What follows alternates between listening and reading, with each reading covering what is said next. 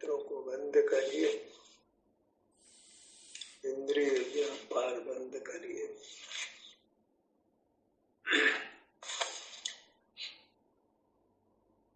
मन भी एक इंद्रिय है, तो मन से भी विचार करना बंद करिए।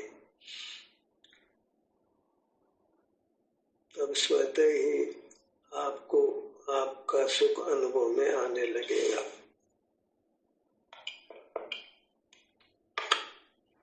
इतना ही मुक्त होने का उपाय है। पर अनादि से या चिरकाल से हम इंद्रिय ज्ञान करते आए हैं, मनचनकाय की प्रवृत्ति करते आए हैं, तो उसकी पुनरावृत्ति होने लगती है। उस पुनरावृत्ति को रोकने के दो ही उपाय हैं। एक तो स्वसंवेदन करना। स्वसंवेदन नहीं कर पाए, उपयोग भटकने लगे, वश में नहीं आता हो, तो आप प्राणायाम करें, पूरक करें, कुंभक करें और रेचक करें। फिर अपना संवेदन करने लगे। तीसरा कोई मार्ग नहीं है। सहज का है जिसमें प्रवृत्ति कम से कम है। स्वसंवेदन में तो प्रवृत्ति नहीं है, प्राणायाम में कुछ प्रवृत्ति है, फिर भी उसको इंद्रिय ज्ञान को रोकती है, मन के विचारों को रोकती है, वचन की प्रवृत्ति को रोकती है। ये भी बड़ा लाभ है। इससे रागादिक दोष उत्पन्न नहीं होते, बंधन नहीं होता। मुक्त होने की भावना हो तो फिर आप पुरुषार्थ करेंगे। मुक्त होने की भावना ही नहीं है, संसार में दुख लगता ही नहीं है, तो फिर कोई मार्ग नहीं है। दुख लगता है तो कुछ पुरुषार्थ करना ही होगा। आसमान से मोक्ष नहीं आएगा। तय कर्मनाश प्राप्त होंगे, नहीं तो जो प्रवृत्ति चलती आई है उसकी पुनरावृत्ति होगी। वही पदार्थ है, वह संस्कारित हो जाता है। एक ही परिणाम करते करते उस परिणाम को करने के लिए वो संस्कारित हो जाता है और उसकी सहज ही प्रवृत्ति होने लगती है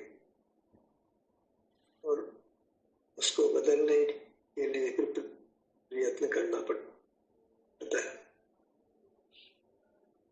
हम देख ही रहे हैं, इंद्रिय ज्ञान क्या भी हो जाती है, विचार भी अपने आप उत्पन्न हो जाते हैं, बोलना भी हमारे लिए सहज हो गया है, कुछ उसमें विपरीतता नहीं लगती है और काय चेष्टा भी करते ही रहते हैं। शुद्ध प्राणों को हम सहज रूप से जी रहे हैं, उसमें कुछ प्रयत्न नहीं लगता है। जो काम करते आए हैं वो सहज हो जाता है, हम हैबिचुएट हो जाते हैं। नूतन काम करते हैं तो प्रयत्न लगता है। तो ये स्वसंवेदन तो अत्यंत नूतन कार्य है और प्राणायाम भी एक नूतन सा ही कार्य है। प्राय जीव ऐसा अभ्यास नहीं करते। आसन करते हैं तो उसमें भी शरीर में खिंचाव आता है, रिलैक्स करते हैं तो आप शरीर से जुड़ते हैं। और आसन करने में थोड़ी जोखिम है, प्रथम गुरु के सानिध्य में ही करना ठीक रहता है। आप ज्यादा शरीर में खिंचाव नहीं दें, खिंचाव दें तो नुकसान हो सकता है। शरीर के स्वास्थ्य को देख करके आसन किए जाते हैं। प्राणायाम है जो हर कोई कर सकता है, उसमें कोई जोखिम नहीं है। उससे रक्त शुद्धि विशेष रूप से होती है तो परिणाम निर्मल भी हो जाते हैं। पर्याप्त ऑक्सीजन की आपूर्ति होती है, जिससे रक्त शुद्ध होता है, शरीर शुद्ध होता है, तो आप स्वस्थ हो जाते हैं और सुख का अनुभव करते हैं। मन भी शांत हो जाता है तो आप आराम से ध्यान कर पाते हैं। ये सहकारी साधन है, ध्यान नहीं कर पाए तो। बाकी ध्यान करना कोई कठिन काम तो नहीं है, भावना हो तो हमारे पास सदा ही मौजूद है। इसका एहसास जब चाहे तब कर सकते हैं, कोई कठिन काम नहीं है। परेशानी इतनी है कि हमने बाहर के बहुत सारे काम अपने मस्तक पर ओढ़ रखे हैं, बहुत सारा परिग्रह इकट्ठा कर रखा है, नाना प्रकार के आरंभ हमने कर रखे हैं, नाना प्रकार का परिग्रह करके उसको संभालने का, उसको भोगने का परिणाम रहता है। उससे वृत्ति सहज ही बहिर्मुख होती है, स्वसंवेदन रूप नहीं रह पाती है। काम याद आ जाते हैं तो आप स्वसंवेदन करना बंद करके उन कामों को करने लगते हैं, और काम का अंत नहीं आता है। एक काम करते हैं, चार काम खड़े हो जाते हैं।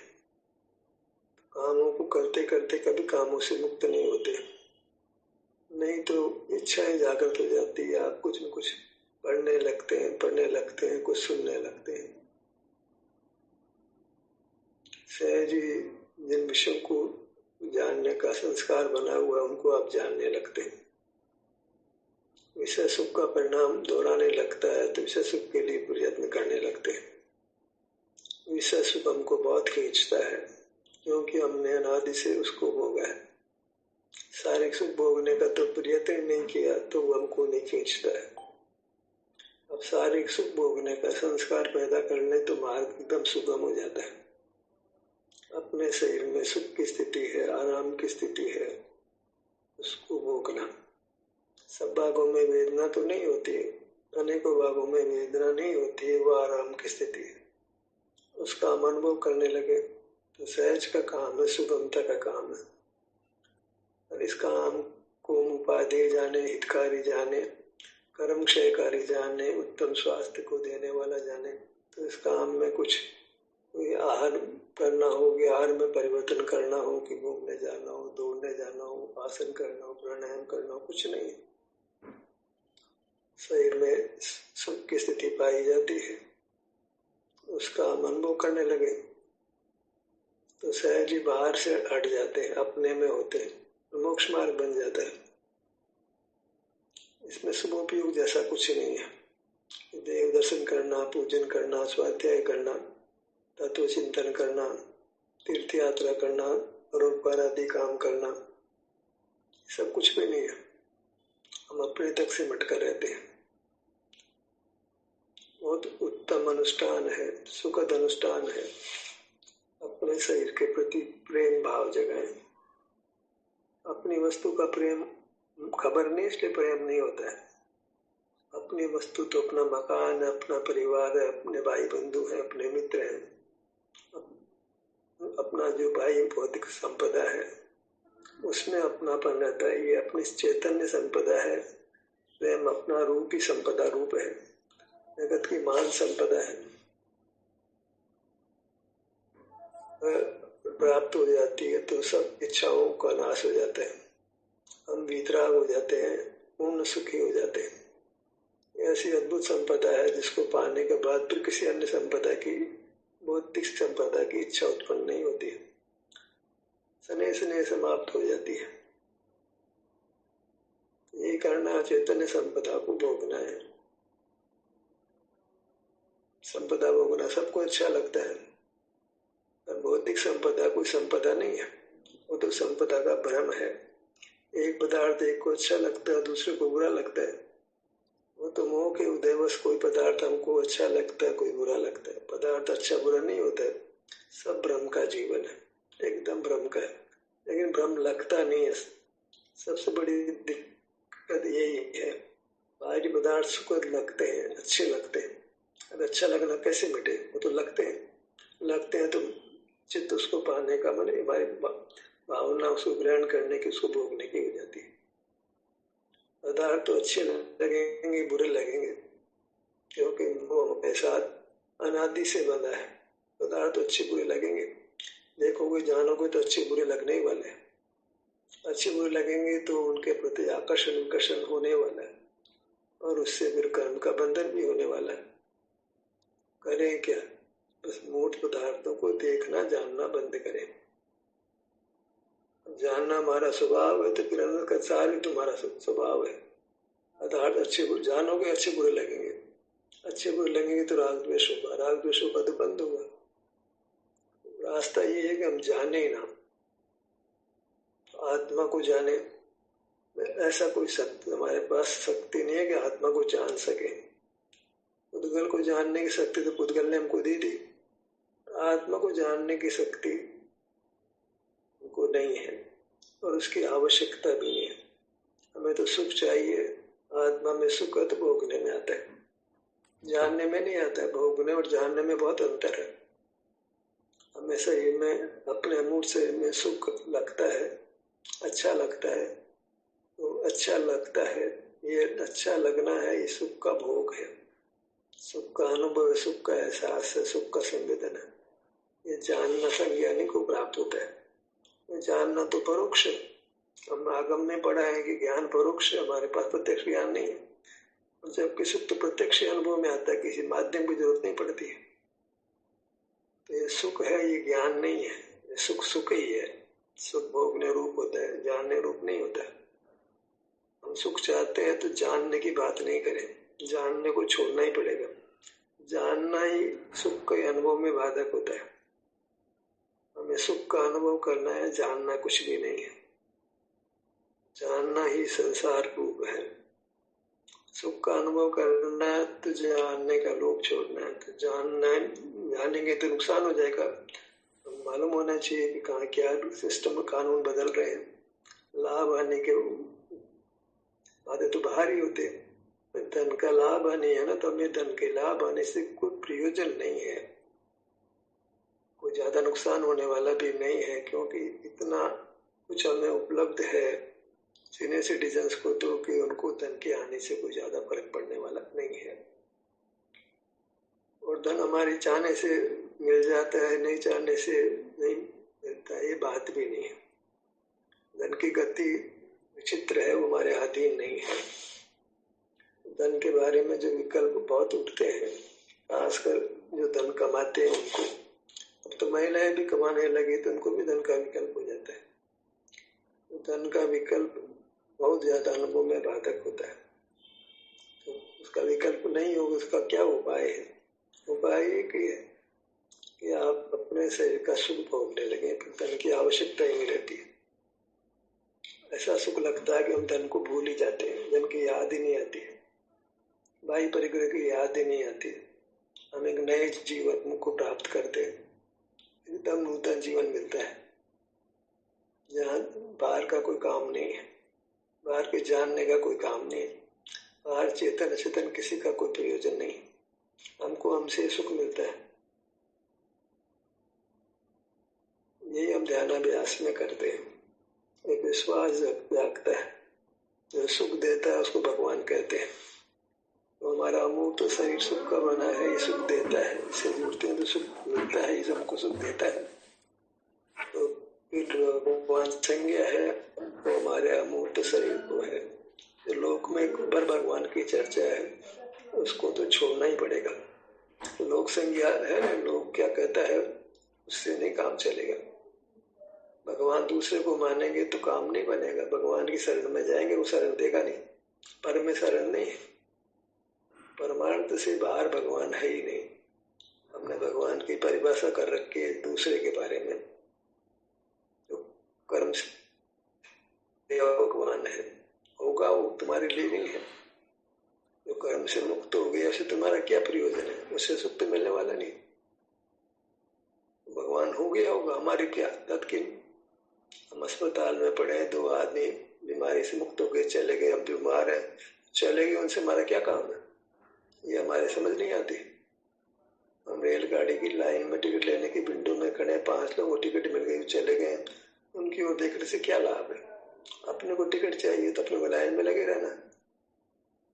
हमें भगवान बनना है तो भगवान बनने की लाइन में लगे रहना है, कि जो भगवान बन गए उनको देखना है। बड़ी अजब अजब बात है। भगवान बन गए उनको देख रहे, भगवान बनने की लाइन में लगो ना। भाई भगवान बन गए उनको देखने से क्या होगा? वो किस विधि से गए ये उनको देखने से मालूम नहीं पड़ता है। गए होंगे अपने को, तो अपन तो लाइन में लगो। हमें पता लग गया कि लाइन ये है कि अब सुख हमको हमसे मिलता है, तो हमको हमारे अनुभव की लाइन में रहना है, अपने सन्मुख खड़े रहना है। जो चले गए उनकी ओर नहीं देखना, वो अपने सन्मुख कर गए हैं, हमको भी ऐसे ही करना, अपने सन्मुख को जाना है। कब तक उनको देखते रहेंगे? अपने सन्मुख होना है। उनको उनका जीव सुख देता है, हमको हमारा जीव सुख देगा। तो हमको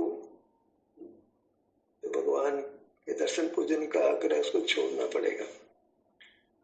ऐसे शास्त्र पढ़ने का भी आग्रह छोड़ना पड़ेगा। कब तक शास्त्र पढ़ते रहेंगे? तो कॉलेज में कब तक पढ़ता रहेगा? आखिर तो आजीविका करनी पड़ती है। कब तक शास्त्र पढ़ेंगे? कब तक दूसरे को जो मुक्त हो गए उसको याद करते रहेंगे? इस गुरु की उपासना करेंगे। सब में ज्ञान तो अपने भीतर से मिलता है जब अपना अनुभव करते हैं। कहाँ पर की आशा करेंगे? तो हम अपने शरीर के प्रति प्रेम जगाएं, भक्ति का भाव जगाएं, आदर का भाव जगाएं, तो ही मार्ग बनेगा, अन्यथा मार्ग नहीं बनेगा। अपने शरीर को भगवान मानना, लोक में ये बात नहीं चलती है, हम समझ नहीं पाते। लोक में ये बात चलती तो सारा जगत खाली हो जाता। लोक में तो पर कोई भगवान माना जाता है, पर की भक्ति करने की, पर भगवान की भक्ति करने की बात चलती है, पर कोई शरण नहीं मिलती है पर भगवान से। शरण मिलती है हमारे अपने भगवान से। हमारा भगवान है कथनचित, भगवान और भक्त में अंतर भी है। हमारा विस्तार है, वो हमारा भगवान है। ये वृत्ति हमारे में उत्पन्न होती है, ये मेरा भगवान है, ये वृत्ति एक अलग है। वस्तु में ऐसे भक्त भगवान का भेद भी है। वृत्ति समय वृत्ति उत्पन्न होती है, परिणाम उत्पन्न होता है, भले विस्तार में से उत्पन्न होता है। और विस्तार है उसको भगवान कहते हैं, वृत्ति उत्पन्न होती है उसको भक्त कहते हैं। तो भक्त भगवान एक ही वस्तु में है। दो वस्तुओं में भक्त भगवान का व्यवहार है, वो अच्छा नहीं है, उससे कुछ सिद्धि नहीं है। अपने में वृत्ति हमारा भगवान, वृत्ति भगवान है, भगवान भगत है, वृत्ति भगत है और विस्तार भगवान है। ऐसे विस्तार के सामने जाकर कोई हाथ जोड़ने जैसा नहीं है, बस सामने खड़े हो जाना। तो भक्त भगवान का मेल हो गया, भक्ति हो गई और आनंद बरसने लगा, आनंद होने लगता है, कर्म नष्ट होने लगते हैं, शुद्धि प्रकट होने लगती है। ये अनुष्ठान करना है, भगवान के चरणों में रहना है, भगवान की शरण में रहना है। वो भगवान अपना विस्तार है, अपना क्षेत्र है, वही द्रव्य कहने में आता है। वो हमारा द्रव्य है, क्वांटिटी है। विस्तार को क्वांटिटी संज्ञा है, उसको हमने सदा लक्ष्य में रखना है, तो फिर कर्मों की क्षय होने में देर नहीं लगती है। अभिन्न साधन है, अभेद भक्ति है। अभी तो कहते हैं निश्चय का काल पका है। निश्चय यही है, अपने विस्तार के सामने खड़े रहना, छोड़ना ही नहीं है, विस्तार के सामने बने रहना। तभी हमको इंद्रिय व्यापार मिटेगा, मन विकार की प्रवृत्ति मिटेगी, परिग्रह की भावना हटेगी। अन्यथा परिग्रह हावी रहेगा। बाहर रहेंगे तो परिग्रह में से विशेष सुख मिलता है, तो वह हावी रहेगा हमारे मस्तक पर। अच्छा लगेगा पदार्थ बाहर का, तो उसके उसको ग्रहण करने की इच्छा रहेगी, अर्जित करने की, रक्षा करने की, भोगने की भावना बनी रहेगी, और वो विशेष सर्कल पाप का चक्कर चलता ही रहेगा, रोक के नहीं रुकेगा। तरीका एक ही है कि हम अपने विस्तार के सामने खड़े हो जाएं, इससे प्रीति करें, बाहर के पदार्थों से भय रखें, बाहर के पदार्थों से डर लगे, और अपने विस्तार से, अपने द्रव्य से, अपने अमूर्त शरीर के प्रति प्रेम हो। बाहर डर लगे, भीतर का लोभ हो। भय और लोभ से प्रवृत्ति होती है, मोक्ष मार्ग की प्रवृत्ति भी भय और लोभ से होती है। सारे पुद्गल से तो भय लगता हो, चाहे भगवान की प्रतिमा ही क्यों न हो, उससे तो भय लगता हो। शास्त्र क्यों ना उससे भय लगता हो, गुरु उससे भी भय लगता हो।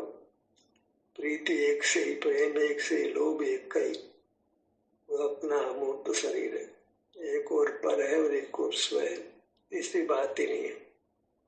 तीसरी बात करेंगे तो फिर वो संसार ही है। स्व पर के विभाग के अलावा कोई विभाग करना नहीं है। तो स्व नाम अपने अमूर्त शरीर का है। उसके सामने खड़े रहना, उसकी भक्ति करना, उसे प्रेम करना, उससे प्यार करना है, उसको आदर देना है, उसकी पूजा आरती का कोई विकल्प को क्रिया तो कुछ भी नहीं है। बस उसमें तो शांति का अनुभव है। यहाँ से छूट का कार्य अपने आप शुरू हो जाता है। संस्कार जो पुराना चिरकाल का पड़ा हुआ है, इंद्रिय ज्ञान का, वचन का, केवल का उपयोग हमने किया है। ऐसा नहीं कि आसमान से आ गया। प्रथम तो हम केंद्रीय से आए हैं, बाद में तो हम कर रहे हैं, मूर्छा से आए हैं। मूर्छा में तो कोई ज्ञान जैसी कोई बात नहीं होती। फिर मूर्छा से छूटते हैं तो फिर ज्ञान करने लगते हैं। मूर्छा तक तो हमारे हाथ में कुछ था ही नहीं। मूर्छा टूटती है तो ज्ञान खड़ा होता है और हम ज्ञान करने लगते हैं। हमारा ही दोष रहा, सहज रहा भले से, हमारा ही दोष रहा। एक इंद्रिय में प्राय मूर्छा में रहे, ज्ञान हुआ तो न कुछ जैसा हुआ। तो हम एक इंद्रिय से निकल कर त्रस में हुए तो बस जानना और पदार्थ का अच्छा बुरा लगना, उनसे राग द्वेष करना, ये धारावाह रूप से चला, चिरकाल से चल रहा है। तो हमने उस धारा को कभी रोकने का प्रयत्न ही नहीं किया। समझ ही नहीं आया वो धारा कैसे रुके। बहे जा रहे विषय ग्रहण में। बच्चा है, पढ़ता है, बाहर मुख रहता है, कमाता है, पैसा कमाने में, दुकान व्यवसाय में, कोई नौकरी में लगा रहता है। विवाह हो जाता है तो पत्नी बच्चों के साथ जीने में लगा रहता है। बस धारा बहा जा रहा, बाहर ही बाहर बह रहा है। कोई रोकने का कोई सिस्टम उसको मालूम नहीं है, आयु पूरी कर लेता है। रोकने का सिस्टम है कि आपका अपना शरीर, मूर्त शरीर में अपना मूर्त शरीर है, जरा उसमें उपस्थित होना, उसमें प्रेजेंट होना। बाहर की प्रेजेंस तो हटानी है। बागे प्रेजेंस देते हैं, किसी की एनिवर्सरी में, किसी की मैरिज में, किसी बच्चों के स्कूल में भागे जाते हैं। परिवार के लिए भागे जाते हैं, धन कमाने के लिए भागे जाते हैं, धन को भोगने के लिए भागे जाते हैं, बाहर ही भागे जाते हैं। और सुखदाता जो आप ही है, आपका ही अमूर्त शरीर, उसकी सुधि नहीं लेते, उसकी ओर देखते ही नहीं, झांकते ही नहीं। मार्ग कैसे बनेगा? अपने अमूर्त शरीर की पहचान हुई, अनुभव में तो आ रहा था, पहचान हुई। अनुभव में तो आता था, गौण रूप से आता था, मुख्य रूप से आए तो मार्ग बन जाए। अब हमको अनुभव में मुख्यता लानी है, अपने विस्तार में ठहरना को विचरण करना है, तो हमको सुख का अनुभव होगा। पुराने संस्कार को तोड़ना है, फिर बलवान रूप से आने लगते हैं, उस शरीर में रह नहीं पाते, क्या करें? बीच का रास्ता सुचंद्र बताते हैं, वो प्राणायाम का है। यद्यपि आसन की बात भी करते हैं, यम नियम की बात भी करते हैं, पर निकट का साधन कौन सा है?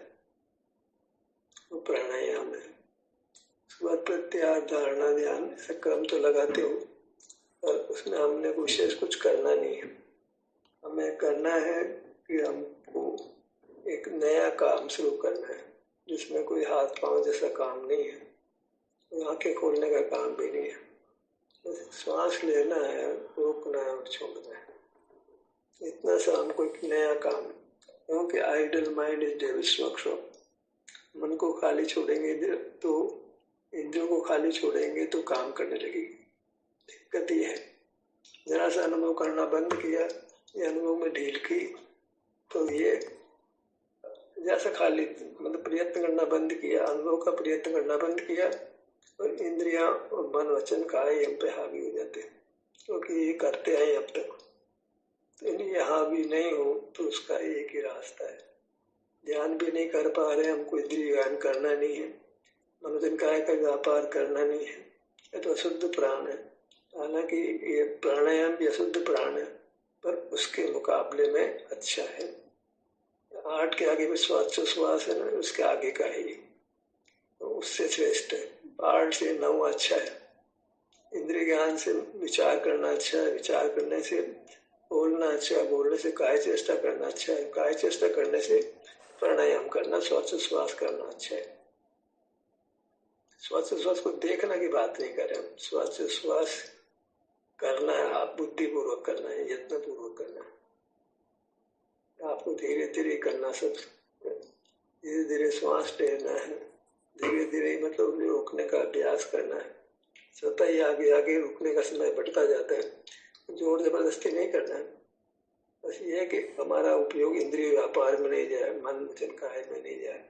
उसका एक साधन है, बहुत आराम से एक श्वास लेना, रोकना और छोड़ना, इसको करने का प्रयास करना, फिर अपना अनुभव करने लग जाना। ऐसे 2 में रूपांतरण करते रहे, मन को, इंद्रियों को खाली नहीं छोड़े, मुंह को खाली नहीं छोड़े, इनको मतलब सहज ही काम करने लगेगा नहीं, और हमारा सब प्रयत्न बेकार स्नान हो जाएगा। गिरना तो है, अनुभव से तो गिरेंगे तो सही, पर बीच का एक रास्ता है जहाँ से वापस ऊपर चढ़ सकते हैं। अन्यथा इंद्रिय व्यापार में अगर एक काम के बाद 10 काम खड़े हो जाएंगे, एक पदार्थ हो जाए 10 पदार्थ जाने लग जाएंगे, एंडलेस स्टोरी शुरू हो जाएगी, भूल ही जाएंगे कि हमको अनुभव भी करना है। तो ये एक रास्ता है, अनुभव करना और फिर अनुभव से छूट करके प्राणायाम का अभ्यास करना। दोनों ही अभ्यास रूप है, ध्यान भी अभ्यास रूप है, प्राणायाम भी अभ्यास रूप है। और सरलता से करना है, सहजता से करना है, आराम से करना है, ताकि ऐसा नहीं हो कि ये भार रूप लगने लगे हमारे को और फिर उस काम को नहीं करें। बड़े आराम से, बड़ी शांति से, सहजता से इन 2 कामों को करना है। ध्यानाभ्यास प्रारंभ करते, सबसे पहले सिर के भाग पर आइए,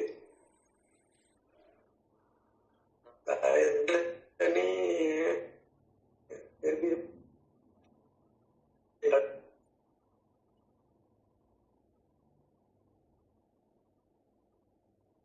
ऐसे सिर से लेकर के हमको पैरों तक आना है, पैरों से लेकर सिर तक आना है, बाएं से दाएं, दाएं से बाएं, अपने अंग हमको अनुभूत है, उन अंगों का हमको बार बार अनुभव करना है। ये धारा हुआ बिना प्रयत्न के होने लग जाए, आदत से पड़ जाती है। और कामों की तो आदत पड़ी है, पर ये आदत पड़ना अपने आप स्वतः ही जप होने लगे। कनिष्ठा, नामिका, मध्यमा, तर्जनी, अंगूठा, लाट, सिर, नेत्र, कान, नासिका, मुख, एक संस्कार बन जाता है कि बोलने रूप नहीं है, एहसास करने रूप, उन अंगों का एहसास करने रूप। ये आदत बन जाती है तो अपने आप होने लगता है काम, बहुत आराम, बहुत सुख मिलता है। ऐसा प्रयत्न करेंगे तो ही काम बनेगा। ऐसा नहीं कि अपने आप मोक्ष आसमान से आ जाएगा, सो नहीं आएगा। अपने आप तो पंच परावर्तन आएगा जहाँ बहुत दुख है, भयंकर दुख है। अपने आप नहीं छोड़ सकते हम, प्रमाद में नहीं रह सकते। अपने आप में प्रमाद में रहना, जो अपने आप हो रहा है उसको होने देना, उसके साक्षी रहना, वो नहीं चलेगा। यत्न करना, अपने आप हो रहा है, इंद्रिय व्यापार अपने आप हो रहा है, मन भी चल रहा है, वचन भी बोल भी रहे हैं, काय चेष्टा भी कर रहे हैं, उसके साक्षी रहना नहीं। भैया गलत काम के साक्षी क्यों होना है? गलत काम को रोक देना, सही काम करने लगना। सही काम यही है कि अपने मूर्त के भगत बन जाओ। ये राम है ना, राम की भक्ति, भगवान की भक्ति, ब्रह्मा की भक्ति, शिव की भक्ति, सब यही है। एक इसी का अनेक नाम है। हमने राम को देखा नहीं, हमारा राम तुम्हारी मूर्त है। पर को तो याद ही नहीं करना है, पर से सुख मिलना नहीं है। किसी पर ने आज तक सुख दिया नहीं है, आगे देने वाला नहीं है। स्वयं स्वयं से सुख मिलेगा। अपने मूर्ति को भगवान मान के इसकी आराधना करनी है तो काम बनेगा। इसकी आराधना कोई अगरबत्ती से नहीं करनी है, कोई दीपक से नहीं करनी है, कोई अस्पद्रव्य से नहीं करनी है। इसकी आराधना अनुभव रूप होती है। यहाँ सुख दुख की जो स्थिति है उसको आपने बस अनुभव कर लेना। ध्यान का सत्र यही समाप्त होता है। आपकी सहभागिता के लिए धन्यवाद।